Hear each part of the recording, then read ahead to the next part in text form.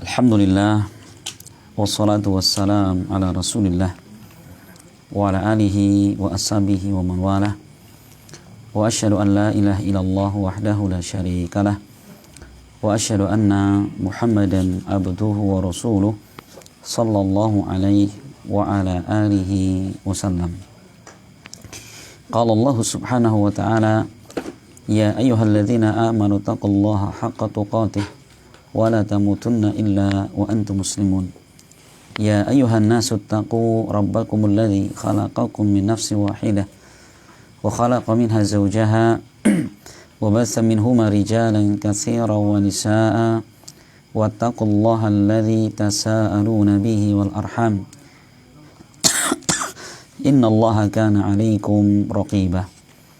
Ya ayyuhalladzina amanu taqullaha wa qulu qawlan sadida yuslih lakum a'malakum wa yaghfir lakum dhunubakum wa may yuti'illaha wa rasulahu faqad faza fawzan 'azima. Amma ba'd. Ikhwani fid din rahimani wa rahmakumullah. Alhamdulillah, kembali kita dimudahkan Allah Subhanahu wa taala dengan berkumpulnya kita di tempat taklim ini dalam rangka kita untuk tafaqquh fid din, mempelajari dan mendalami agama. Dan ini merupakan suatu upaya untuk kita meningkatkan iman dan takwa kepada Allah Subhanahu wa taala. Karena di antara ciri orang mukmin yang haqqan sebenarnya ini adalah mereka akan bertambah imannya ketika dibacakan Al-Qur'an. Allah Subhanahu wa taala berfirman di dalam surat Al-Anfal ayat yang kedua. Allah menyebutkan innamal mu'minuna alladzina idza dzukirallahu wajilat qulubuhum wa idza tuliyat 'alaihim ayatuhu zadatuhum wa 'ala rabbihim yatawakkalun. Kata Allah, hanyalah orang-orang beriman itu.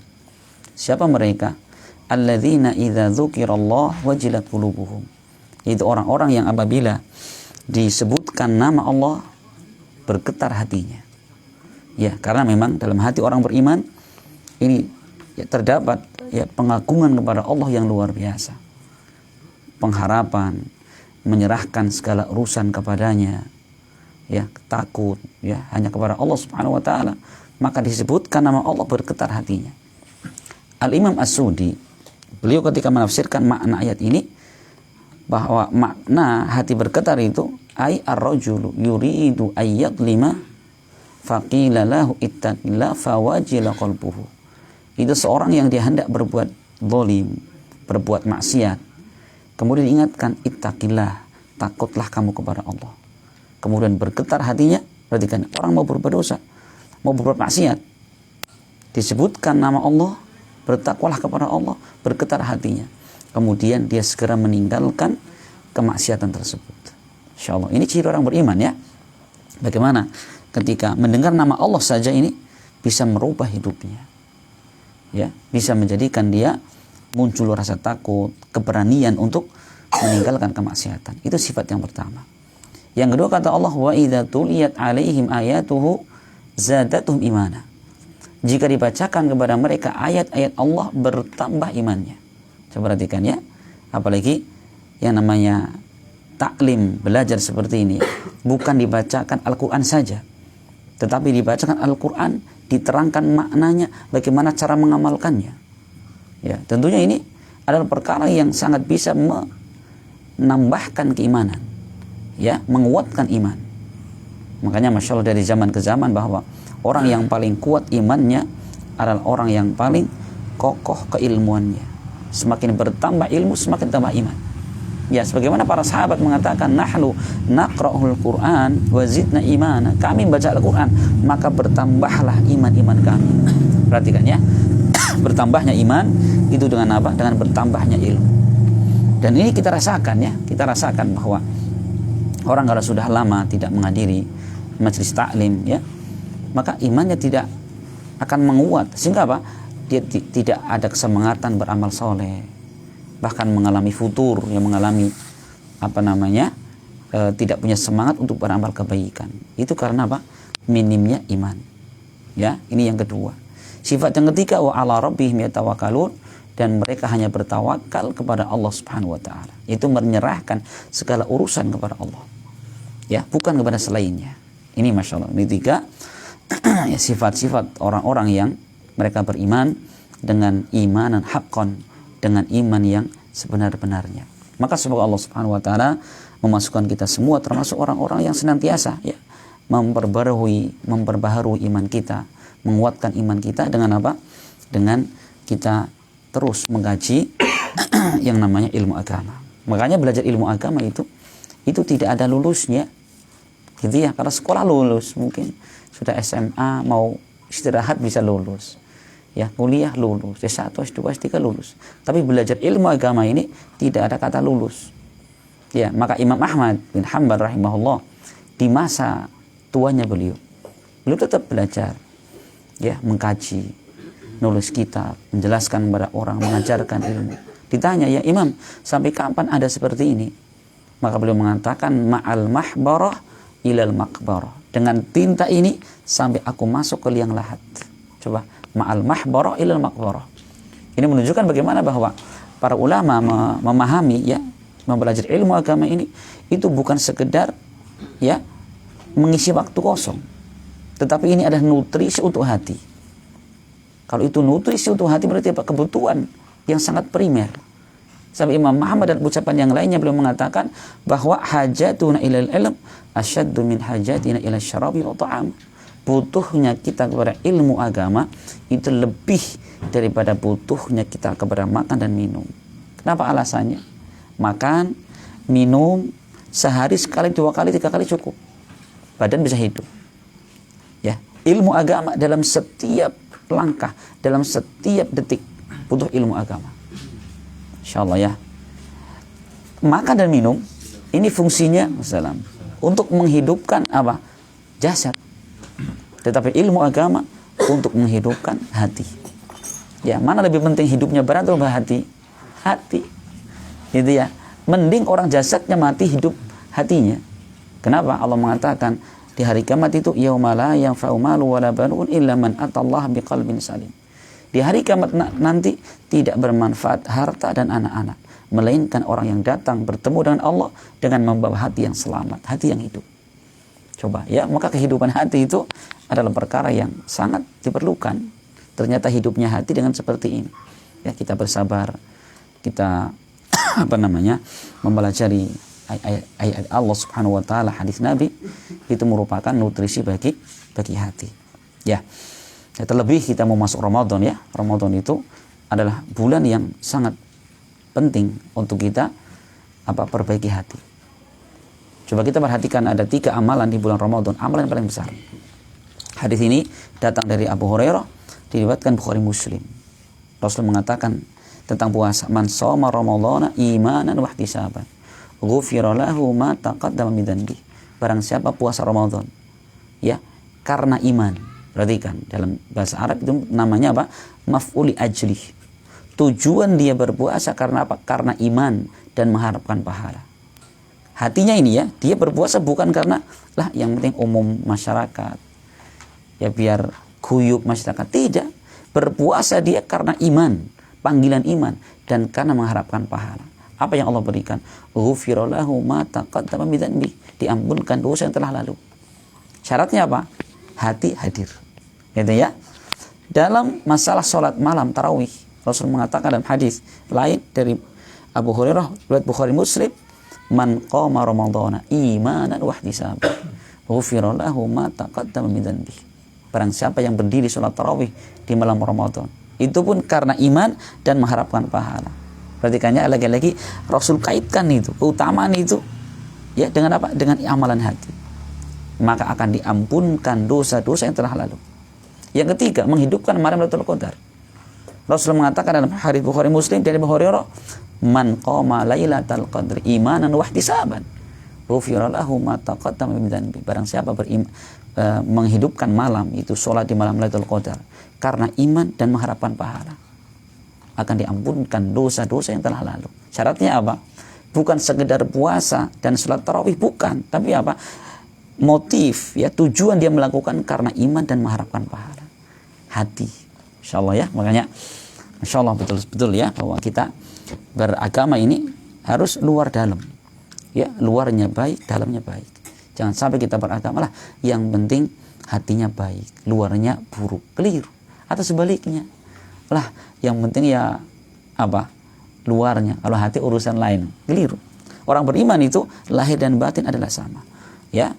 Orang beriman seperti itu. Sudah kita jelaskan pada pertemuan yang lalu tentang apa? Tentang tafsir makna Islam.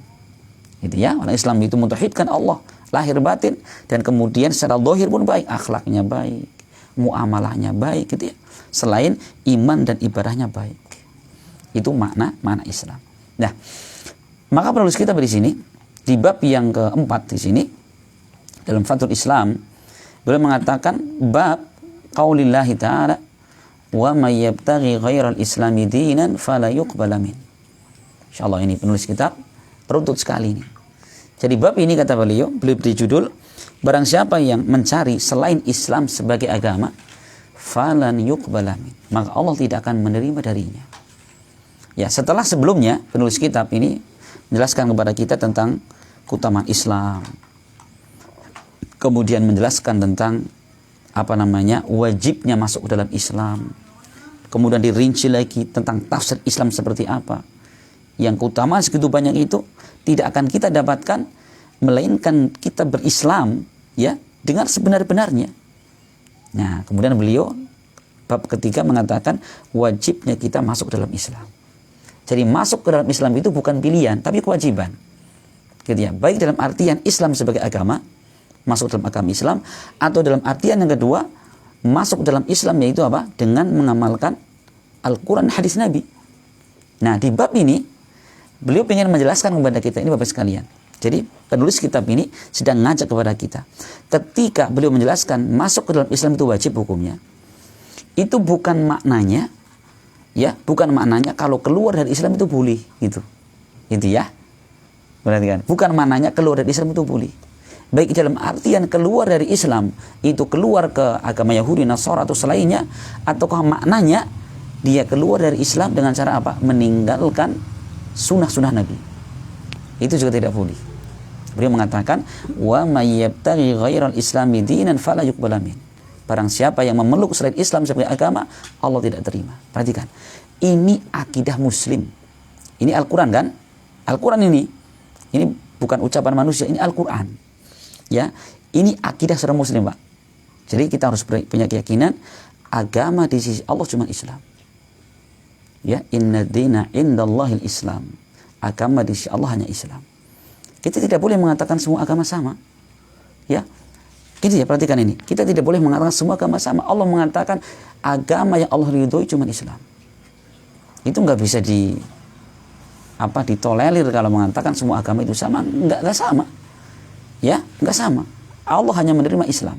Selain Islam fala yuqbala min. Ya. Nah, tetapi perhatikan ya, ini bukan maknanya berarti kita itu harus selalu bermusuhan dengan orang kafir gitu. Tidak seperti itu. Coba kita melihat. Ya, di dalam surat Al-Mumtahanah ayat ke-8. Allah mengatakan la yanhakumullahu 'anil ladzina lam yuqatilukum fid din wa lam yukhrijukum min diyarikum an tabarruhum wa tuqsitu ilaihim innallaha yuhibbul muqsitin. Allah tidak melarang kalian. Ya, Allah tidak pernah melarang kalian terhadap orang-orang kafir yang mereka tidak memerangi kalian dalam urusan agama. Ya, walam yukhrijukum min diyarikum, dan mereka tidak mengusir kalian dari tempat tinggal kalian. Untuk apa yang Allah tidak larang? Antabarruhum, kalian berbuat baik kepada mereka. Perhatikan ya, keyakinan kita keyakinan mengatakan bahwa mereka kafir, kita muslim, kan gitu. Cuman perhatikan, Allah tidak melarang kita berbuat baik kepada mereka. Antabarruhum, engkau berbuat baik kepada mereka, wa tuqsitu ilaihim, dan engkau berbuat adil kepada mereka. Jadi jangan mentang-mentang dia di luar Islam, dia punya jambu, ambillah punya orang kafir ini. Enggak boleh itu ya. Perhatikan. Mentang-mentang ini orang non muslim misalkan, di pasar jualan pokoknya gimana caranya ini biar bangkrut. Jangan, enggak boleh itu. Perhatikan ya. Kita itu urusannya sekarang, perhatikan, urusan muamalah sama. Cuman keyakinan mereka kafir iya. Perhatikan ya, ini harus didudukan ini. Itu jangan sampai kita mengatakan bahwa agama semua sama, Islam itu berarti, atau ekstrimnya Islam sama, ekstrim lagi mengatakan mereka kafir berarti boleh disakiti. Oh tidak, ya tidak boleh. Nah Allah mengatakan antabarruhum wa tuqsitu ilaihim, tidak mengapa kalian berbuat baik kepada mereka dan kalian berbuat adil kepada mereka, karena Allah mencintai orang-orang yang berbuat adil. Coba kita lihat bagaimana teladan para salafus saleh. Al-Imam Al-Auza'i, beliau, Masya Allah, Al-Imam Al-Auza'i, beliau ulama ahlu sunnah, bahkan dikatakan imamnya ahlu sunnah saat itu. Beliau ya pernah beberapa kali ada seorang Yahudi, orang Nasrani meninggal, beliau antarkan jenazahnya. Coba perhatikan, antarkan jenazahnya. Ya, ini menunjukkan bahwa ya itu berbuat baik ya kepada, mungkin ada keluarga yang Islam dan sebagainya kan. Nah ini perhatikan, ya ini perhatikan. Jadi kita harus yakin bahwa di sisi Allah Subhanahu wa taala agama yang ada itu yang diterima oleh Allah hanyalah Islam. Ya, sekali lagi bahwa ini menunjukkan bukan maknanya orang yang telah masuk Islam boleh keluar dari Islam dan boleh milih, tidak. Masuk Islam wajib, dan setelah Islam dia wajib sampai mati. Maka Allah berwasiat kepada kita, wala tamutunna illa wa antum muslim, dan jangan sampai kalian mati melainkan di atas keislaman, belum terbatalkan Islam itu. Ya, ini jangan sampai kita mati melainkan di atas Islam. Nah ini ya, ini adalah ayat, Masya Allah ya, yang sudah kita jelaskan di bab-bab sebelumnya. Ya, maka dalam ayat ini ya ada beberapa faedah yang dapat kita ambil, bahwa kewajiban kita untuk memeluk Islam itu hukumnya wajib, dan keluar dari Islam tidak boleh. Yang pertama. Yang kedua, bahwa ya tidak ada keberuntungan dan kebahagiaan melainkan dengan Islam. Perhatikan ya, tidak ada keberuntungan, tidak ada kebaikan melainkan dengan Islam. Ya, di dunia dan di hari kiamat kelak. Sudah kita jelaskan kan dalam surat An-Nahl ayat 97.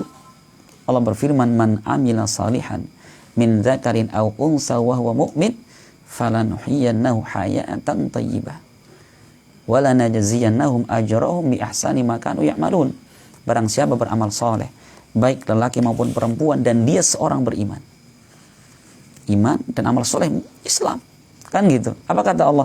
Tidaklah orang beramal soleh, yang laki perempuan dan dia orang beriman, melainkan pasti aku berikan kepada dia kehidupan dunia yang baik. Apa baik itu? Kehidupan yang Allah berikan kepada dia rizki yang halal lagi baik. Allah berikan kebahagiaan, ketentraman, kelapangan. Itu ya. Jadi di dunia, di hari kiamat, wala najziyannahum ajrahum bi ahsani ma kanu ya'malun. Dan kami akan berikan pahala kepada mereka di hari kiamat dengan balasan yang jauh lebih baik dari apa yang mereka kerjakan. Untuk balasannya. Dunia Allah jamin, akhirat Allah jamin. Maka tidak ada kebahagiaan, tidak ada keselamatan kecuali dengan kita berislam.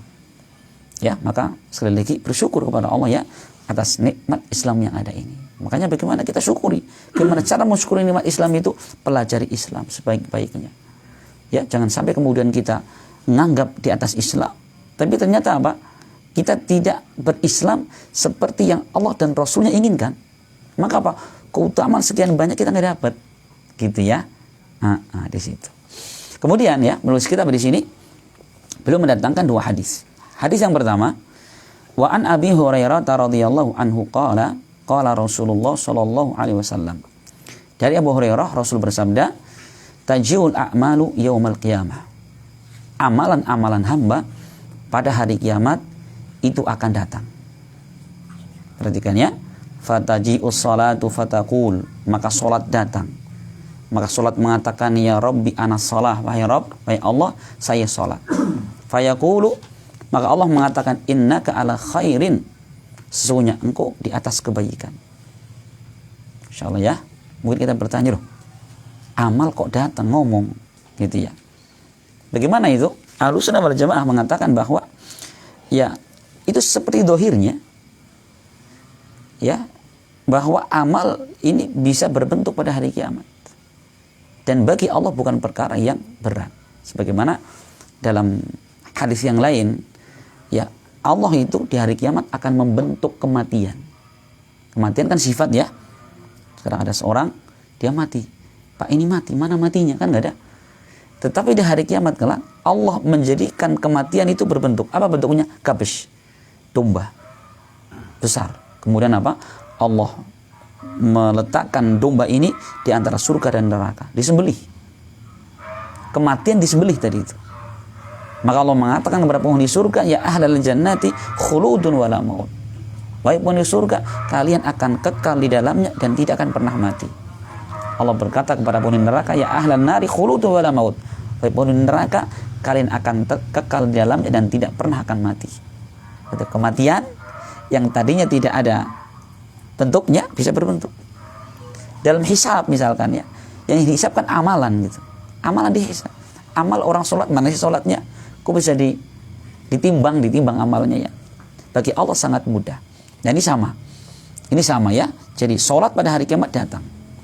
Dan kemudian Allah mengatakan, innaka ala khair. Sesungguhnya engkau di atas kebaikan. Tsumma yaji'u siyam. Kemudian datanglah puasa. Puasa mengatakan, ya Rabbi ana siyam. Ya Allah, saya adalah puasa. Allah mengatakan, innaka ala khair. Sesungguhnya engkau di atas kebaikan. Tsumma taji'ul a'mal ala dzalik. Maka kemudian amal-amal yang lain pun datang dalam keadaan seperti itu. Allah selalu mengatakan, innaka ala khair. Sesungguhnya engkau di atas kebaikan. Ya. Kemudian kata Rasul, tsumma taji'ul Islam. Kemudian datanglah Islam. Dan Islam mengatakan, ya Rabbi antas salam wa anal Islam. Ya Allah, engkau adalah salam. Ya, dan aku adalah Islam. Apa makna salam itu? Ya Allah, engkau adalah salam. Salam itu adalah salah satu nama dari nama Allah. Kita kan suka berzikir, Allahumma antas salam wa minkas salam gitu ya. Ya Allah, engkau adalah salam. Yaitu Allah Maha Salam. Nama Allah itu salam. Apa makna salam itu? Yaitu zat yang selamat dari segala aib dan kekurangan. Allah itu, nama Allah salam, maknanya apa? Allah itu terlepas, selamat dari berbagai macam kekurangan dan aib. Maka pada diri Allah yang ada adalah kesempurnaan. Jadi Allah tidak ada kekurangan sama sekali. Ya, tidak ada aib sama sekali. Ini makna yang pertama. Makna salam adalah apa? Bahwa Allah zat yang selamat dari berbagai macam aib. Makanya Masya Allah ya, ini kalau keyakinan seperti ini ditanamkan dalam hati. Allah tidak punya kekurangan. Ya, dalam pendengarannya, penglihatannya, pengawasannya, keilmuannya, itu tidak ada kekurangan. Berarti apa? Allah melihat segala sesuatu, Allah mengetahui, mendengar ya segala sesuatu yang terjadi.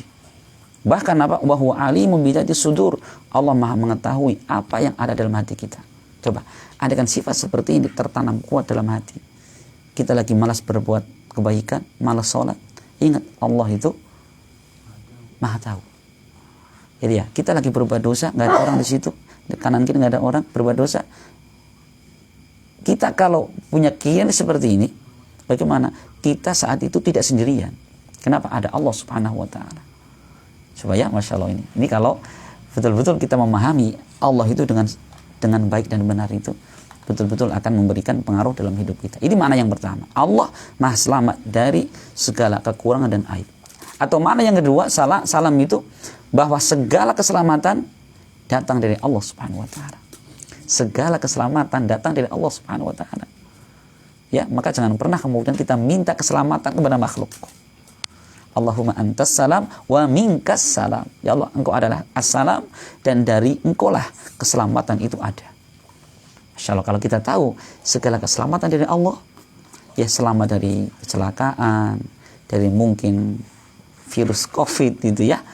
Maka kalau kita tawakal hanya kepada Allah Subhanahu Wa Taala. Coba, makanya Ibrahim alaihissalam, orang yang betul-betul memahami makna ini. Segala keselamatan dari Allah. Ketika Ibrahim alaihissalam dilemparkan ke dalam api yang menyala-nyala, ya, yang beliau sebut hanya Allah Subhanahu Wa Taala. Bersandarnya hanya kepada Allah Subhanahu Wa Taala, bukan kepada siapapun. Tidak minta tolong, tidak minta maaf. Yang berucapkan hasbunallah wa ni'mal wakil. Allah yang mencukupi kami dan Allah sebaik-baik tempat untuk kita menggantungkan segala urusan. Perhatikan ucapan ringkas sekali kan? tapi ketika keluar dari keyakinan dan hati yang paling dalam, Masya Allah, Allah langsung jawab. Apa jawaban Allah? Ya narukuni barda wa salaman ala Ibrahim. Wahai api, jadilah kamu api yang dingin dan memberi keselamatan kepada Ibrahim. Ibrahim dibakar di tengah api yang menyala-nyala, ya, itu tidak sehelai rambut pun yang terbakar.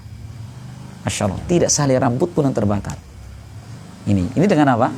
Nah itu, Masya Allah ya, karena Ibrahim memahami betul segala keselamatan datang dari Allah Subhanahu Wa Taala. Nah, perhatikan. Ya, jadi Islam datang mengatakan, ya Rabbi, saya itu, engkau adalah salam dan saya adalah Islam. Maka Allah mengatakan, perhatikan ya, Allah mengatakan, innaka ala khair, bikal yawma akhudu wa bika u'ti. Sungguhnya engkau di atas kebaikan. Dengan mulah, dengan Islam, wahai Islam, di hari ini aku menyiksa orang, dan dengan mulah di hari ini aku memberikan pahala kepada seorang. Kita perhatikan di situ. Jadi yang menjadi patokan itu keislaman. Ketika datang puasa, sholat, dan amal yang lain, Allah hanya mengatakan, innaka ala khair, engkau di atas kebaikan. Giliran menyebutkan tentang Islam, apa kata Allah? Allah mengatakan, innaka ala khair, bikal yawma akhudu wa'uti. Ya, engkau di atas kebaikan, dan dengan engkau lah di hari ini, aku akan menyiksa orang, dan aku memberikan pahala kepada seorang. Jadi yang menjadi patokan adalah apa? Keislaman, bukan amalan. Perhatikan ya, ini Masya Allah ini. Jadi walaupun amal kita banyak, tapi tidak mencocoki Islam, jangan harap itu mendatangkan kebaikan. Perhatikan, kita beramal sebanyak apapun, tapi itu tidak bersumber dari Islam, Al-Quran dan hadis Nabi, jangan harap itu ada manfaatnya. Kemudian Rasul qala Allah Ta'ala fi kitabih, Rasul membaca ayat Allah, wa may yabtaghi ghairal islami dinan fala yuqbala min wa huwa fil akhirati minal khasirin. Dan barang siapa yang mengambil selain Islam sebagai agama, maka tidak akan pernah diterima darinya, dan di hari kiamat dia termasuk orang-orang yang merugi. Perhatikan, Allah mengatakan orang yang tidak berislam pasti merugi. Jika dalam artian dia tidak menjadikan Islam sebagai agama, ruginya rugi yang kekal dan abadi. Kenapa? Neraka. Kan gitu ya. Allah mengatakan innal ladzina kafaru min ahlil kitabi wal musyrikina fi nari jahannam khalidina fiha. Ya, ulaika hum syarrul bariyah. Orang-orang yang kafir dari kalangan ahlu kitab dan orang musyrik, apa? Mereka berada di neraka jahanam, kekal selamanya di dalam-dalamnya. Dan mereka adalah seburuk-buruk makhluk. Perhatikan itu ya. Ya, tentunya mereka adalah orang yang paling apa? Paling merugi.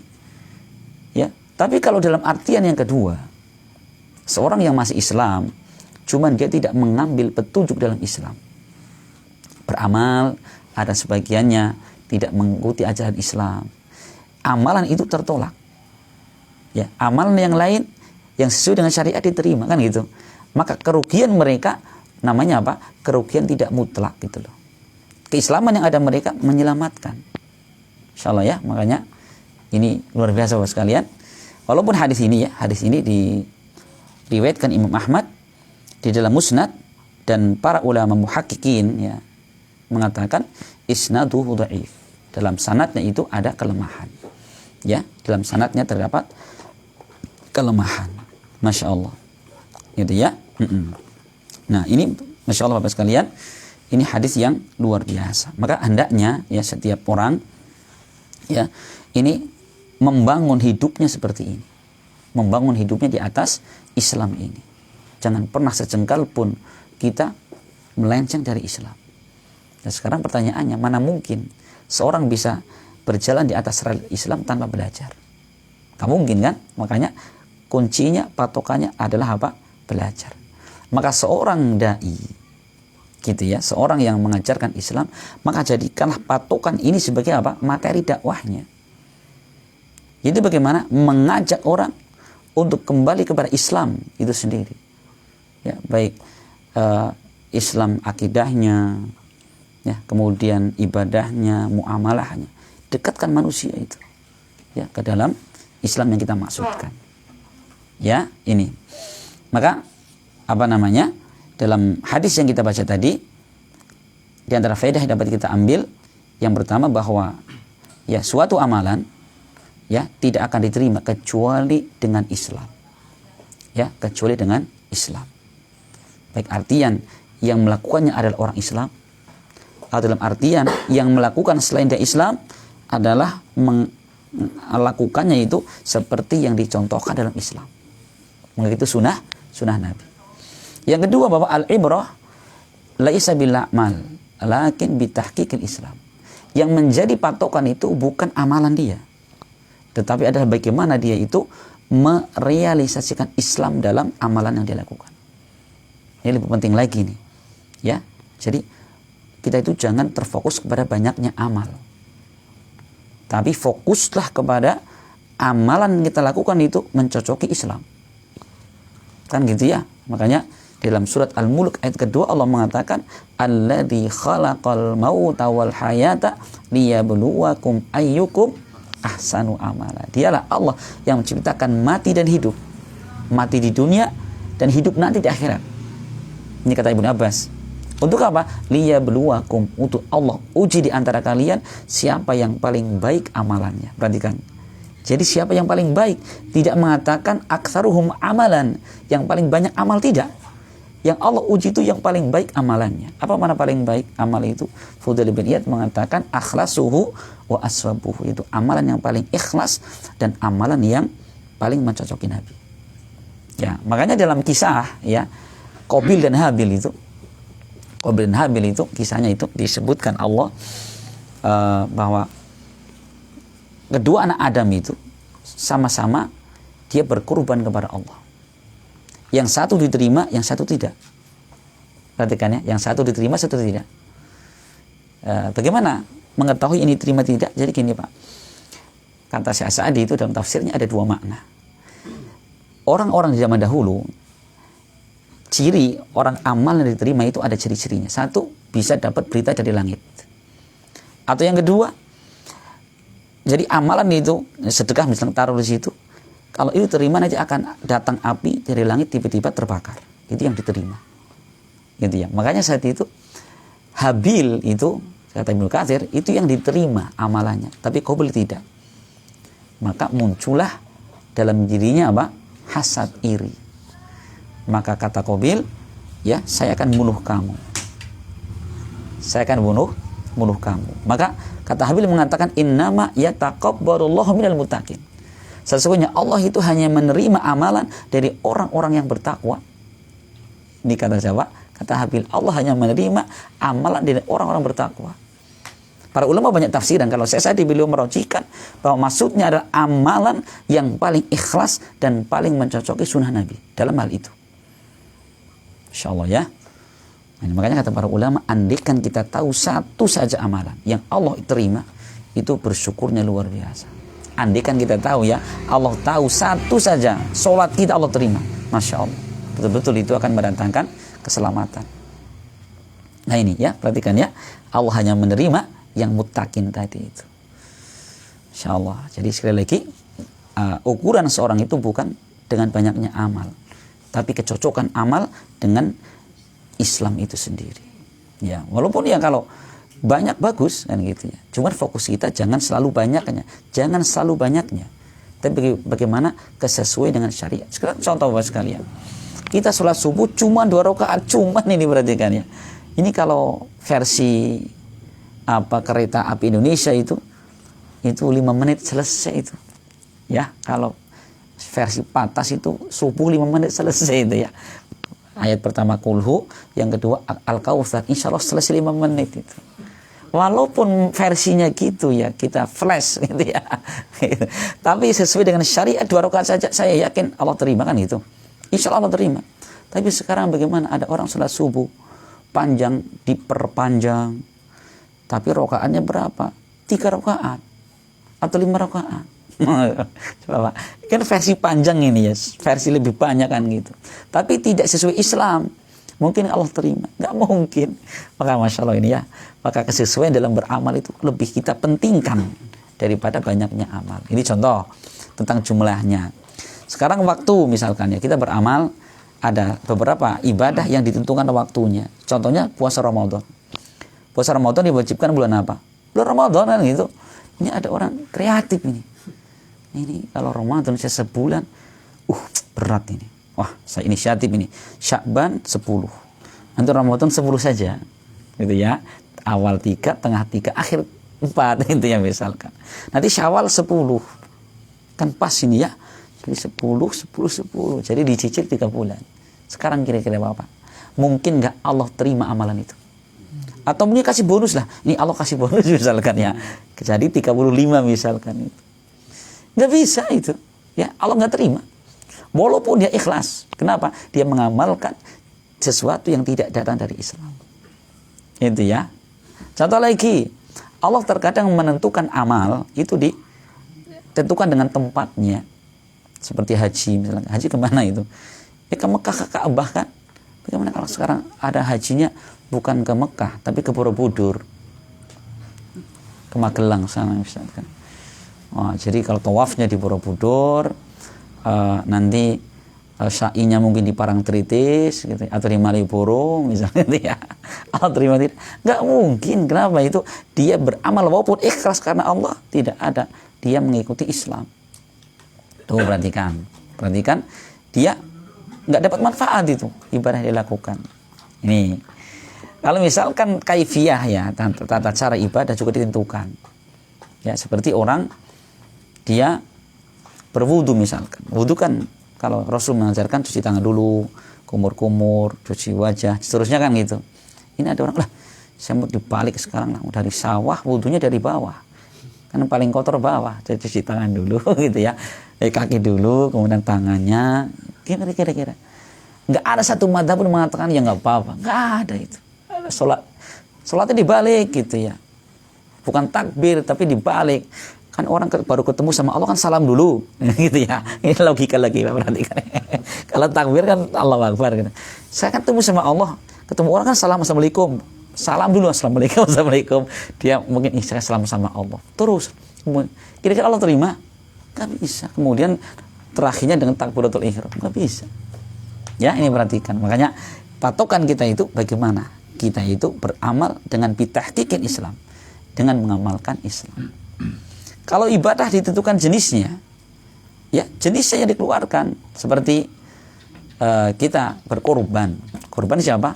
Hewannya unta, sapi atau kambing gitu ya. Bagaimana kalau dia peternak untuk burung japati, merpati. Merpatinya sampai serumah besar ya, 1000 ekor misalnya. Datang ke Pak Ajengan, saya mau korban ini. Korban apa? Japati berapa ekor? Ya 150 ekor misalkan. Kali 50.000 kan udah menang ini, tanding misalkan. Boleh enggak itu? Enggak boleh gitu ya. Walaupun saya pernah dengar ada orang itu mau korban marmut. Datang ke seorang dikatakan alim, katanya ya boleh, yang penting minimal berapa ekor katanya. Masya Allah. Enggak bisa itu. Itu jenisnya sudah ditentukan. Di alam nyata terjadi loh, Mbak. Ada orang mau korban marmut, boleh, tapi syaratnya sekian ekor. Astagfirullahaladzim gitu ya. Nah itu perhatikan, kita beramal itu dengan tahqiqul Islam, bukan dengan fokus banyak-banyaknya amal. Mending kita sedikit beramal mencocoki Islam lebih baik.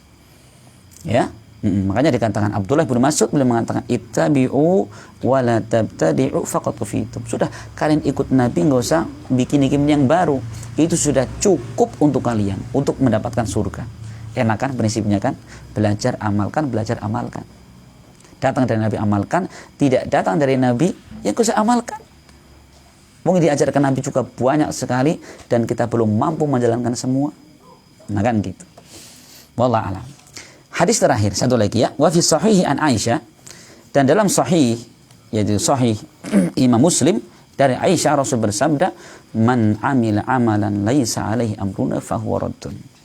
Ya, barang siapa mengamalkan suatu amalan yang tidak ada perintah, tidak contoh dari kami, fahuwa raddun, maka amal itu tertolak. Coba ini.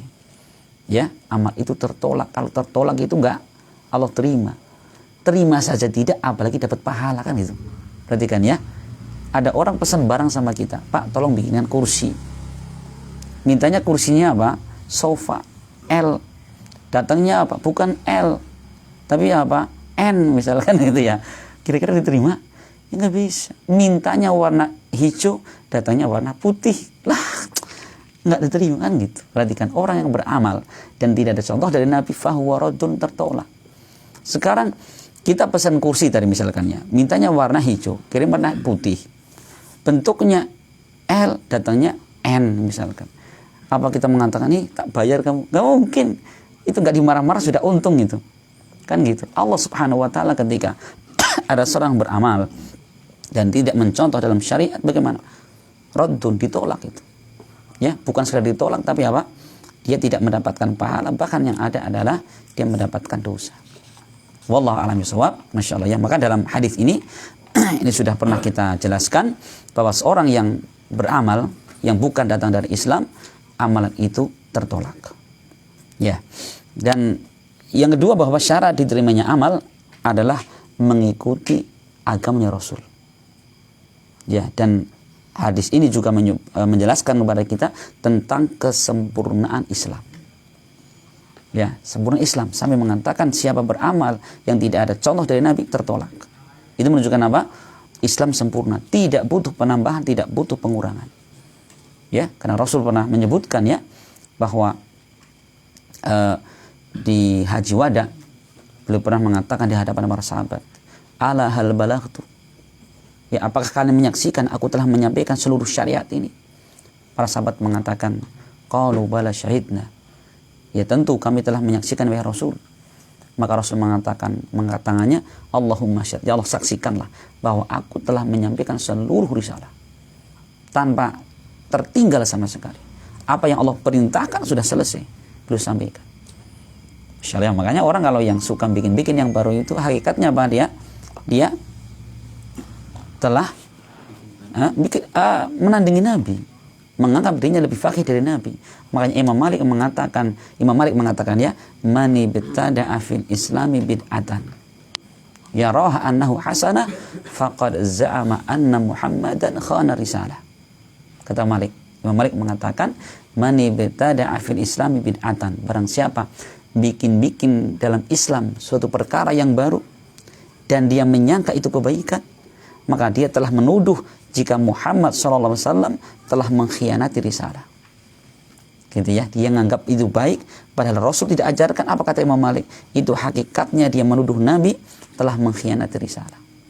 Insyaallah ya. Ini jadi ini adalah bab yang luar biasa yang mengajarkan kepada kita agar kita terus berpegang teguh dengan Islam sampai kita mati bertemu dengan Allah Subhanahu wa taala. Ya, semoga Allah Subhanahu wa taala menjadikan ilmu yang kita pelajari ilmu yang dapat kita amalkan dalam kehidupan sehari-hari. Amin rabbal alamin. Dan kita cukupkan, subhanakallahumma bihamdik asyhadu an la ilaha illa anta astaghfiruka wa atubu ilaik. Assalamualaikum warahmatullahi wabarakatuh.